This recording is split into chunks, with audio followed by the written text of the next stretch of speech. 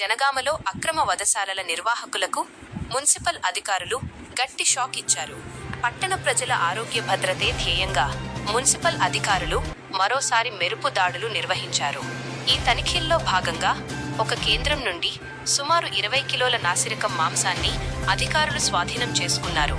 ప్రజల ప్రాణాలతో చెలగాటమాడుతూ ప్రభుత్వ నిబంధనలను బేఖాతరు చేసిన సదరు మాంసం వ్యాపారికి ఏకంగా ₹1,00,000 భారీ జరిమానా విధించారు.